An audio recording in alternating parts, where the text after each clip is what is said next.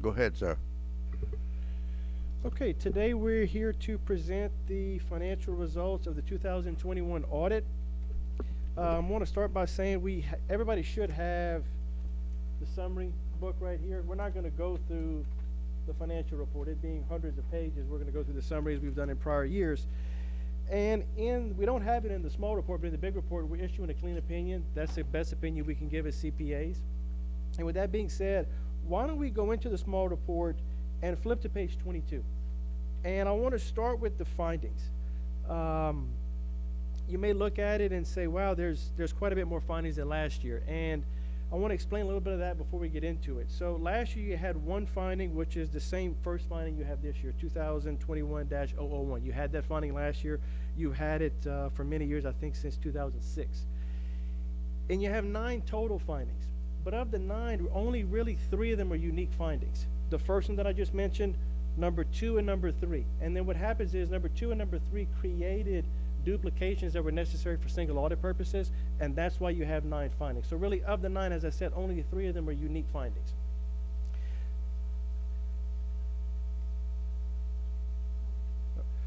So with that being said, let's take a look at finding number 1. I'm going to read the finding and recommendation. I'm not going to read the complete corrective action just for the sake of time and how long it is, but if anybody has a question, please stop me.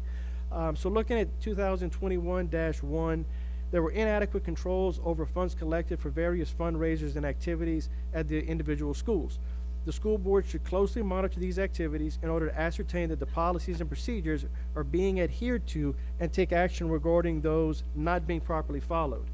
Again, like I said, you've seen this finding, I think since 2006.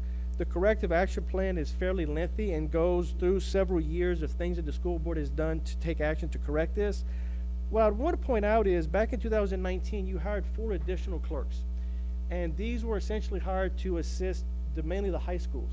And we have seen improvement in those high schools where you had these 4 roaming helpers. One of the schools that improved quite a bit over time was Lafayette High. It was in not such good shape before that. We had these people hired. They've had assistance. Lafayette High has improved a lot. Our suggestion is that the school system consider hiring an additional 1 to 2 staff to do the same thing you guys did for the high school, but do it for the elementary and the middle schools. You've seen that the payoff you've had at the high school level by hiring additional staff. We recommend doing the same thing for schools, elementary level and middle school level, and hopefully that would improve in the same way you saw improvement in the high school level. Any questions or comments about this finding here or the suggestion? Sure. Mr. Calder, the clerk work at the school level is done by a school-based employee, correct? And, yes. And these extra clerks that we hired were in our accounting department or at the schools themselves? I think they were hired by the school system to float. Okay, all right. And you're recommending that we hire the same number? What is the number that you're recommending we hire? Ideally, I would say probably 2. Okay. And then you see how these 2 were able to digest it, because what happens is some of these schools, the turnover of both the administration as well as the secretaries, this is what creates a lot of the problem. So to me, if they were hired by the school system and were employees of the school board itself and not necessarily the school, they could go to where they're needed, because one year they may be needed at this school and then another school has a ton of turnover and they're needed someplace else. And y'all could allocate where they go rather than being residents of just one school, and that school becomes fantastic, but other schools are lagging behind. That's the way I would envision if it was my plan. Okay, thank you. Any other questions, comments on this one? With that being covered, let's look at the second finding, and I'm going to go ahead and read it. And there's quite a bit in this one. There were inadequate internal control policies and procedures over various employee services / insurance functions. The inadequate performance of control policies and procedures resulted in the following, and then we have 4 separate situations highlighted here. Errors relating to salary account coding in the general ledger. Number 2, salary and severance compensation inaccurately calculated and paid. Number 3 is incorrect rates being charged for retirement. And number 4, insurance premiums improperly being charged to participants or benefits not being discontinued upon termination. The school board should adhere to their control policies and procedures and ensure that all policies and procedures are performed timely. And then you have a very lengthy corrective action plan on page 23. But what I want to point out here on number 2 is, and these 4 items I just listed, this single finding caused 4 single audit findings, okay? So while it's just one single finding here, these situations that we found caused these other reporting things that we had to do for single audit purposes. One suggestion we have, as it pertains to number 4 listed here, is I think similar to what we just talked about with additional staff for the fundraising situation at the different schools, is additional staff is needed in regard to insurance. You have between 7,000 and 8,000 people between active employees and retired people on the insurance situation, insurance plan. If you don't get more people on here, you're going to see this problem continue. And so we're suggesting 1 to 2 people to help address this situation. And it's really to continuously monitor it. I mean, one of the situations is people retire, quit, or no longer on the insurance of the school system, and they get removed, and then at times they just get reactivated by Blue Cross. And it's very difficult for you guys to know that's going on. And so to me, you need additional resources to help monitor that. And in saying that, let's say you hire the 2 people. We believe that the hiring of these 2 people and them doing the job that needs to be done would pay, and probably more than pay, for the cost of hiring these people. So it would be, yeah, you're hiring 2 people and you have that additional outlay, but if they do a decent job or even a good job of what they're hired to do, you're probably going to see cost savings, not an actual net cost at the end of the day when you're looking at the insurance situation. Any questions, comments on this one? Okay. Why don't we flip to page 23? Again, I'm not going to read the corrective action plan. They do a good job of detailing out different things that need to be done. I'm going to move on to 2021-3. And the finding here is there were inadequate controls over documentation and personnel files, supporting documentation related to education necessary to meet minimum job requirements, and the prior experience granted to the applicant upon hiring are not being properly maintained in the personnel files. The school board should adhere to their policies and procedures and ensure that all required documentation is maintained. All that being said, there's about 2 or 3 people we found that either didn't have the proper documentation or didn't meet the minimum requirements. And some of the problem is that some of the older files that have been scanned in, they're so massive. You're talking about, in some cases, over 100 pages for one employee. It's difficult to find what we're looking for. And so it may be in there, but your staff and our staff can't find it. So it's just a lack of documentation, or in some cases incomplete documentation. And this finding here, 2021-003, it created 2 single audit findings. So you can see -002 created 4, and this one created 2. Thus we get to the 9 that I mentioned in the beginning. Any questions about this particular finding or any of the findings that I just went over? If there's no questions here, why don't we get into the numbers and flip to the front of this little report and take a look at page 1. And on page 1, you have both 2020 and 21 actual numbers, the final budgeted numbers, and then the variance from the final budget for 2021. I'm going to concentrate on your actual numbers for 2021 versus 2020. Make comments here and there. If there's any questions I'm going through, please stop me. So on page 1, we actually have the revenues.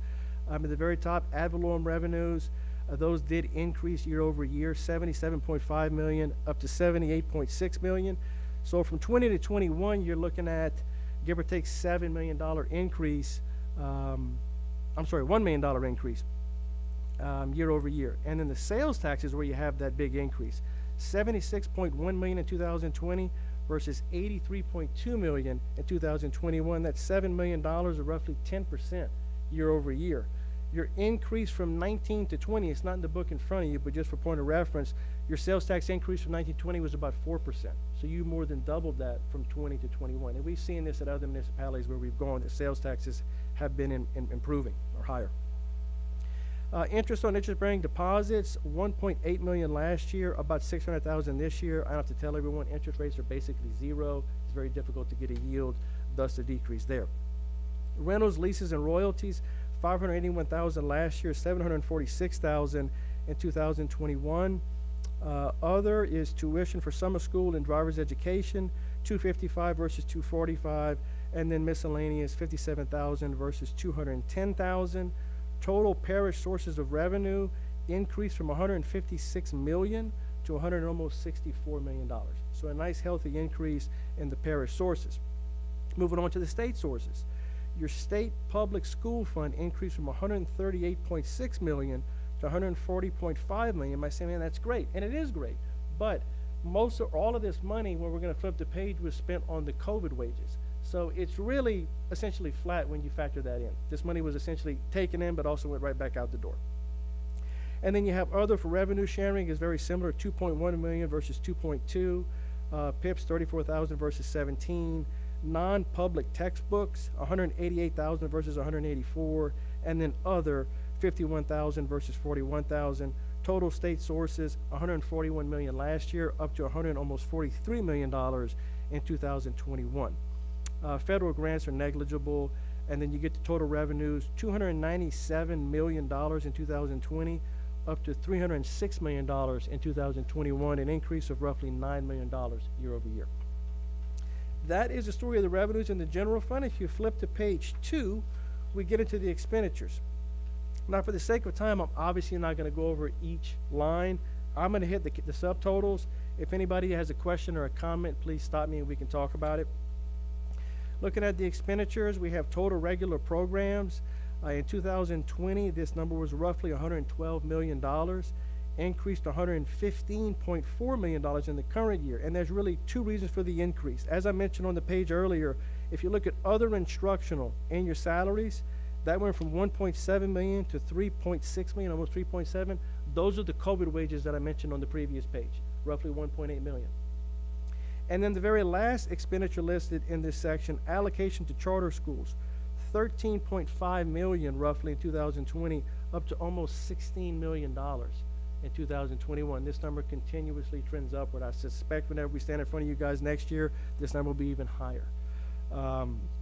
Moving on to special education programs, very similar numbers here, 30 million, almost 31 million spent in 2020, 29.6 million, so about $1 million less in 2021. And the main reason for the decrease is you have a decrease in your teacher salaries and the related employee benefits. That's the reason for the decrease here. Moving on to page 3, we have total vocational educational programs. Very similar both years, 5.2 million versus 5.4 million, not much variance between the categories. Now, other instructional programs and total special programs, you're going to notice quite a bit of variance between the years. When you combine these two sections, it's roughly $13 million both years. There was some reclassification that took place between the categories, but in total, it's roughly $13 million in both years. So if you look at other instructional, it was 3.5 last year, it's almost 8 million this year. So the combined is about 13. And then you look at total special, 8.9 last year would have decreased to 5.2. But as I said, really a net of nothing between the categories. It's just some reclassifications that took place. Moving on to page 4, we have total pupil support services. Here very similar, down about $1 million from 20.4 million to 19.5 million. Some of the reasons for the decrease at the top, your therapist and counselor salaries decreased from 2020. Those are the main ones that kind of stick out to me as reasons for the decrease year over year. Total instructional staff support services did increase from 9.9 million, almost $10 million last year, up to 11.2 million. And here the reasons for the increase is your clerical / secretarial salaries. Those increased about 300,000 or 400,000, along with a few other salaries, and the related employee benefits. So salaries and benefits being the increase here.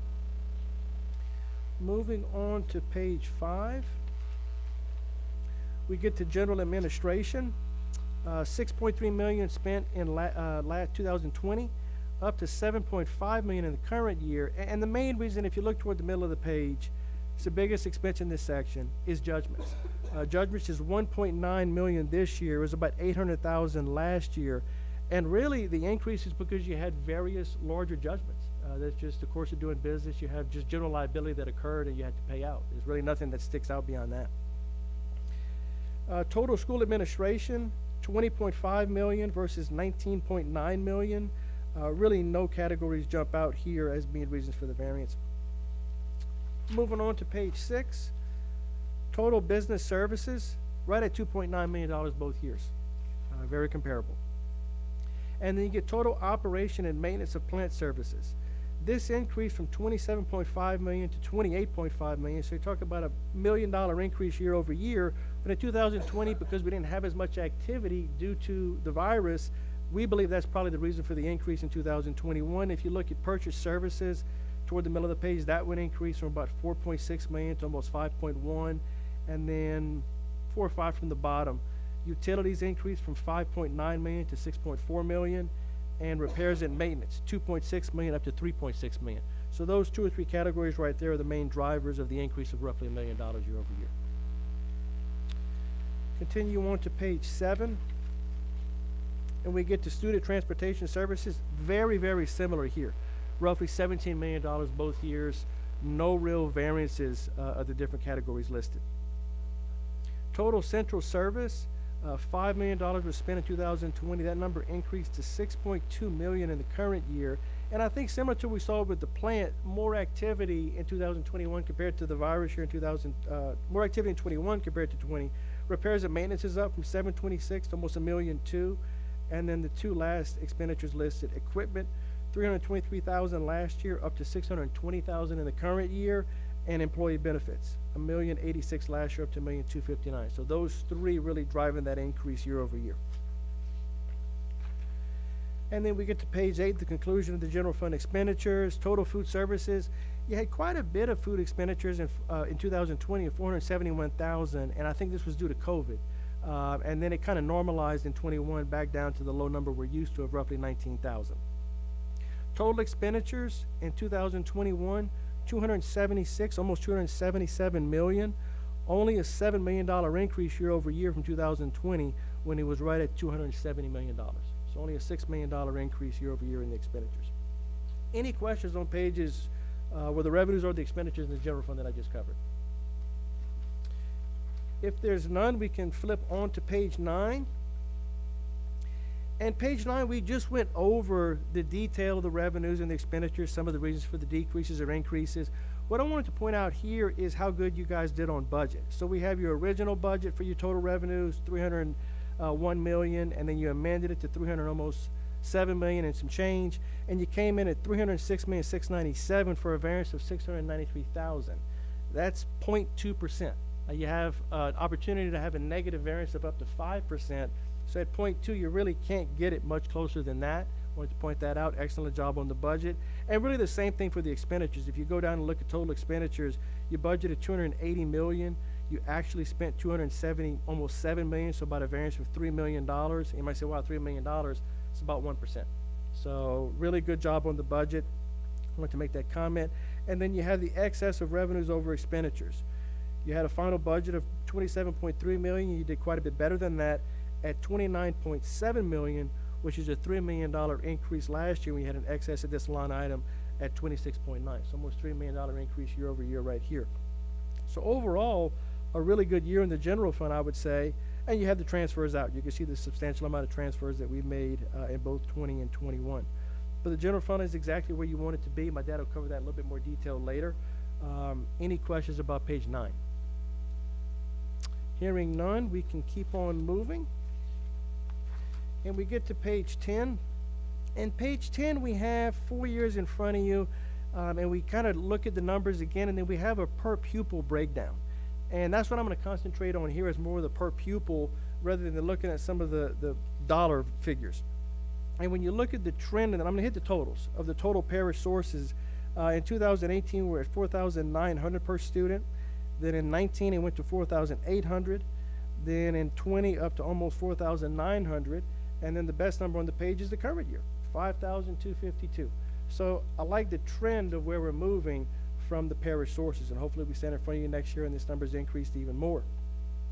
Looking at the state sources, 4,218, right at about 4,100 in 2019. Then it increased quite a bit to 4,420, and then we had even another increase in the current year to 4,584 per pupil for state sources. Federal sources are negligible. You can see that, very, very small.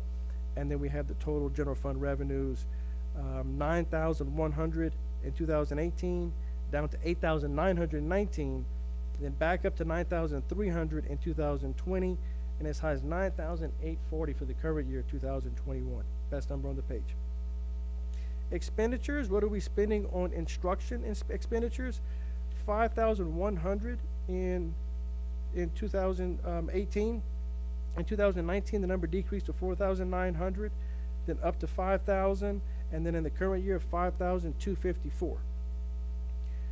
Direct student-related services, you can see 2,818, 2,919, up to 3,000 in 2020, and then the current year almost 3,100 at 3,092.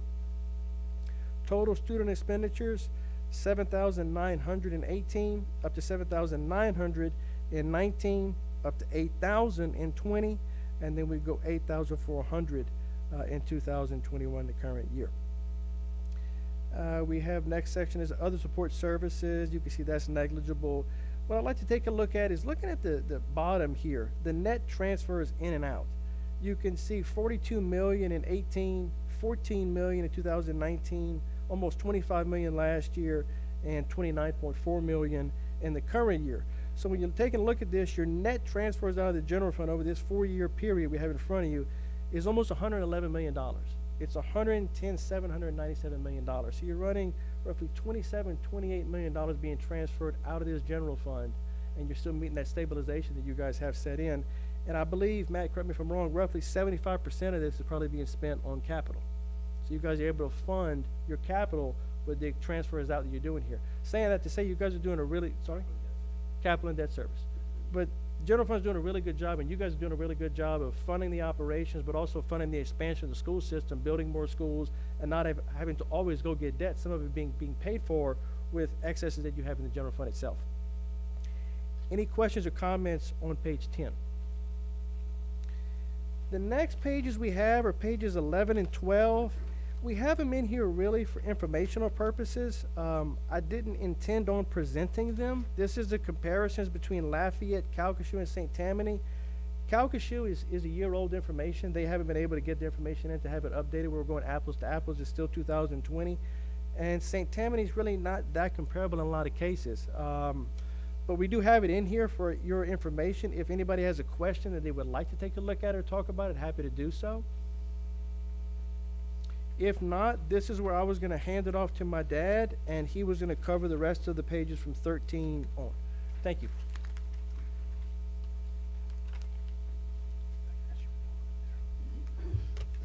Okay, thank you, Brad, and members of the school board and administration. On page 13, we have the recap of the general fund expenditures by type, and there's always been some talk about, well, how much are we spending of our general fund expenditures on student-related expenditures or just salaries and benefits, and then other instructional type or support type services. And you can see, and this is the same breakdown of what Brad just went over in detail, is just broken out for you in a different fashion. But under personnel expenditures made up of salaries and benefits, way back in 18 we spent 81%, or $210 million of our expenditures was on this. In 19 it was $212 million, or 81%. In 20 it was $221 million, or 81%. And this year, the current year, it's at $220,855,000. It's right at 80%. So every year we've been hovering at the 80 to 81%, 81.5% range of salaries and personnel expenditures that you spend the general fund monies on. The other expenditures, you have instructional materials and supplies, you can see, and that normally runs anywhere from, way back in 18 we had some extraordinary items there, was 4.7%, but most of the years it hovers around 2.5 to 3%, about $7 million this past year. The repairs and maintenance, these items generally hover around the 6.5 to 7.5 million. This year 7.8 million. I think we had some HVAC contract increases, and that's why that number is $7.8 million for the current year. It's 2.83%. In the past years, it's, like I said, it's been running 6.5 to 6.8, 6.9%. Utilities and telephone, and those numbers are pretty consistent. 6.5 to 6.7 million this current year. It runs about 2.5% of your expenditures in the general fund.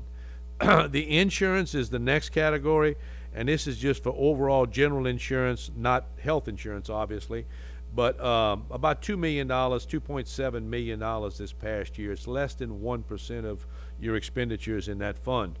The contracted services, those have increased some from 4.7 million way back in 18 up to approximately $9 million this current year, and they were $9 million last year. This year they're running about 3% of your total general fund budget. Appropriation to charter schools, and Brad alluded to this earlier when we were looking at it. He just had the 2 years, but you can see how much it's grown. In 18 it was 11.5 million. Then it went up to 12.9 million. Then we had 13.4 million last year and 15.9 million this year. And as everyone knows, it doesn't cost the school system anymore in facilities and certain costs to handle these additional students. A lot of our fixed costs are already here. But we're having to provide $16 million of our revenues that go on to the charter schools because of the mandates that are there. And I don't think you even get these monies. Am I correct, Matt? I think they go directly there, but we have to recognize it as revenue and then pick it up as an expenditure. And I think, as Brad pointed out, probably these numbers are going to continue to grow. Hopefully we'll reach a saturation point where it wouldn't be growing anymore, but unfortunately for the past few years it has.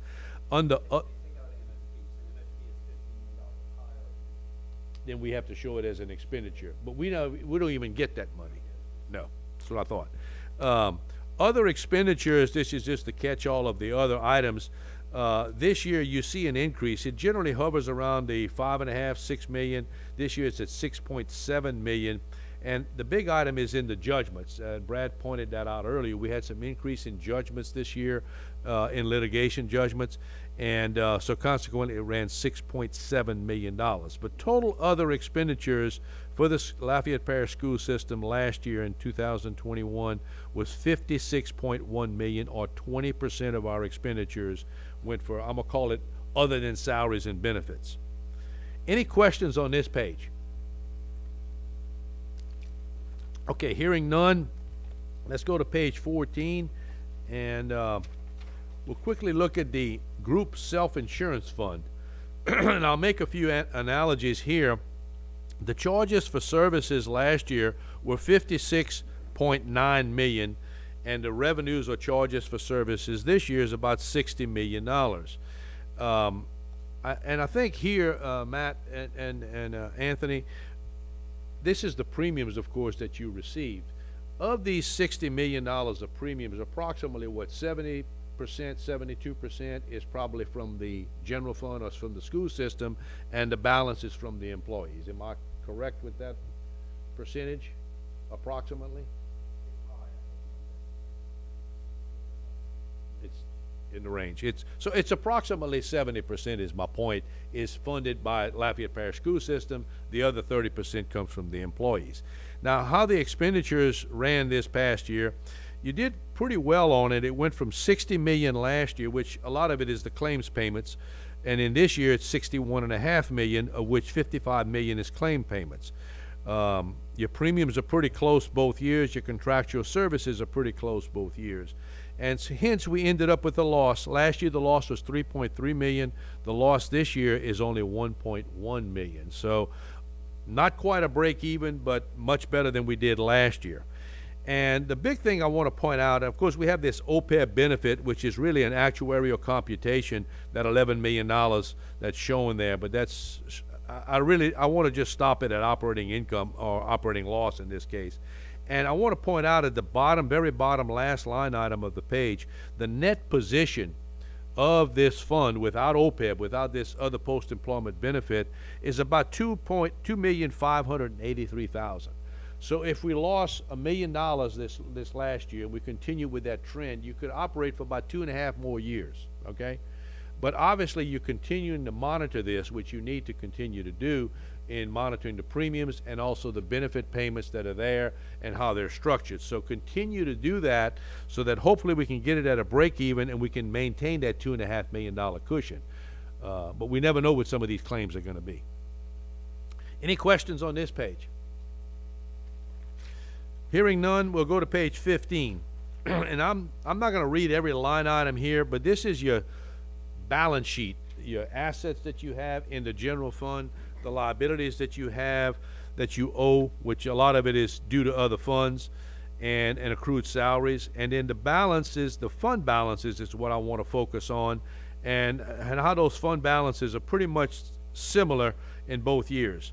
66,448,000 is the total fund balance, and of course there's some breakouts on that. And this year is the same thing, $66,724,000. So, and as far as the cash that you had about $117 million in cash and investments in the general fund that was available at June 30th in 20 and also at June 30th of 21. So you're in a healthy position here, and I'll point that out, make some analogies. I'm looking at that fund balance. Any questions that someone might have relative to any of the assets or liabilities that are issued here? Okay, let's look at the next page. Let's break out that fund balance of $66.7 million. Of that fund balance, you have non-spendable because you have inventory and prepaid items. So you've already spoken for those items. You've already spent them, basically. They just haven't been expended in the financial statements yet. $2.2 million this year, $1.8 million last year. Restricted for specific purposes is the next category. It's minimal. It's $32,000 this year, $35,000 last year. The next item is committed. Economic stabilization. As you know, that's the policy that this board has adopted a number of years ago, and it's been a good policy. And basically it's to maintain about 75 days of operational expenditures, and you definitely have done that. If you quickly look at the next page, we'll show you how that's being computed, that $59.7 million that's required for stabilization in the fund balance in accordance with the board policy. So we have the general fund expenditures that were budgeted as the final budgeted expenditures of $286 million. The stabilization fund percentage is about 20.83%, which is the 75 days of a total for a year of 365. Total funds committed for economic stabilization is $59,702,000. And as I pointed out earlier, we have it in cash. We have more than that in cash, but we have that cash, and you've always been able to maintain that. We had it, or you did have it, at about 90 days, and I forget, it's been a number of years, but it's been changed back to 75. And that's a good policy. That's 2.5 months.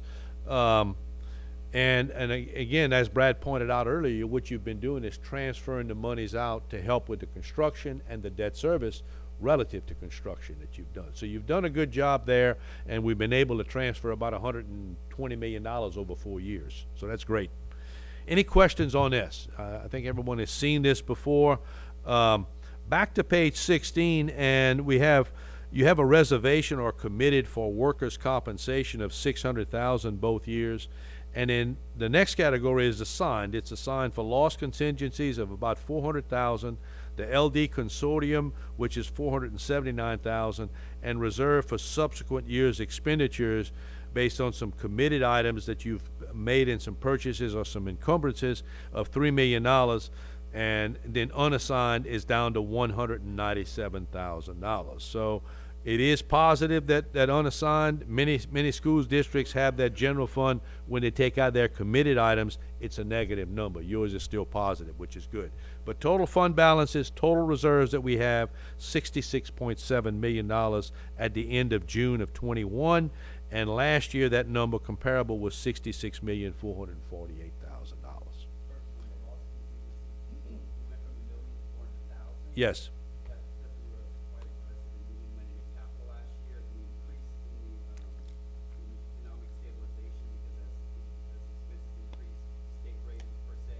Right. Causes that to increase, which takes some money away from the unassigned.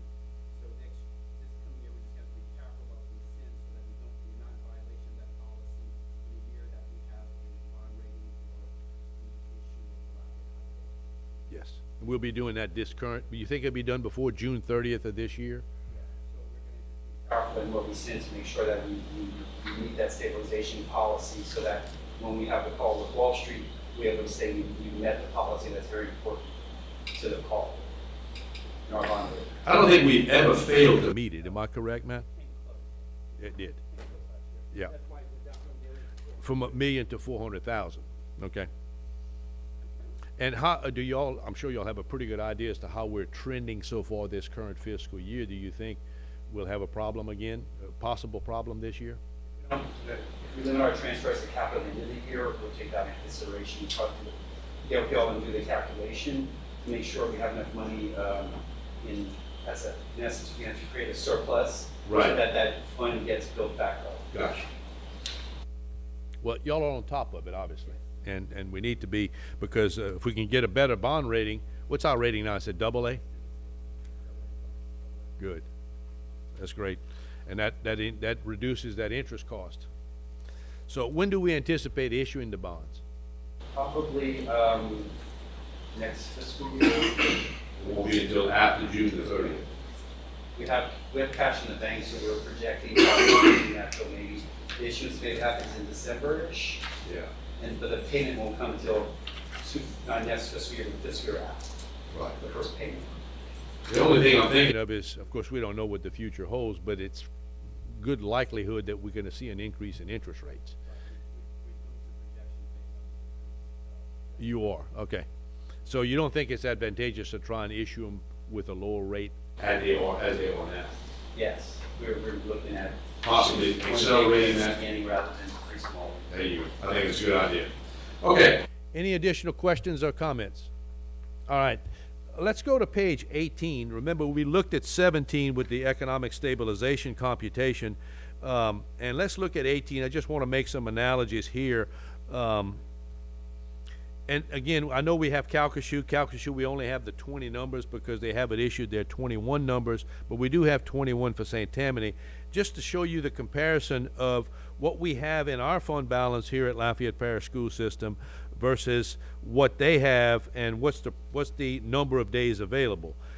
Down at the bottom of the page, and we show you the computations, but at the bottom of the page you have the obviously approximate number of months that we have, which is 2.7 months last year, 2.6 months. Well, we just talked about it. Your policy is 2.5, and then you have a few other items in there. So consequently, it ends up at 78 days this year that you have available in surplus. Last year was 81 days. Calcasieu was a 0.8 or 24 days. And again, we don't have the 21 numbers, but they had some tough issues there with the storms that they had. And in St. Tammany, they're doing a little better than we are. They're at 3.7 and 3.6 months of available reserves, 108 days versus 111 days in the current year. And I don't know, Matt, do you know if they have a policy like we have here about the economic stabilization? I'm not sure. I'm not sure either. I can ask. But they're keeping more like 100 days versus us at 75. But Probably is basically, they call it something else, but. yeah, okay.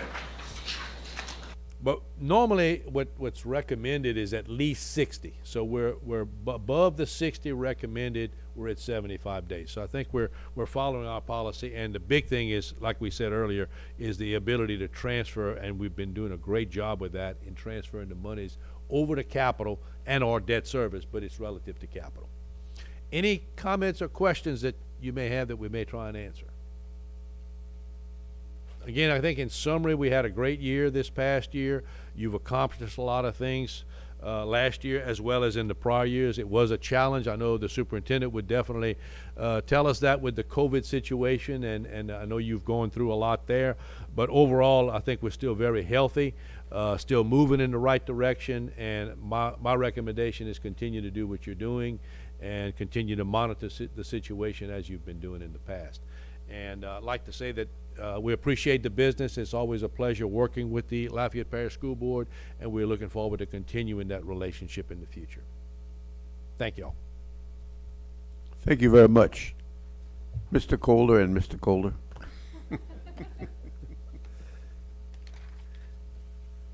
We have, Ms. Truster, we have any comments from?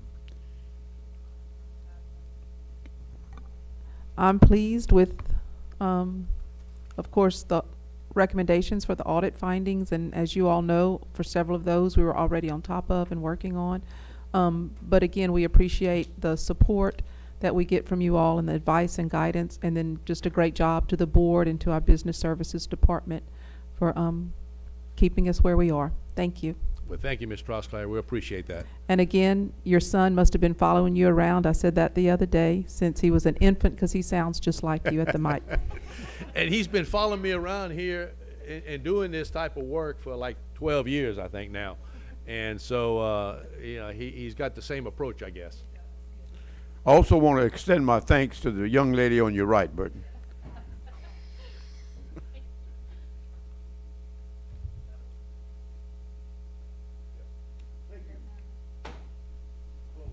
timing is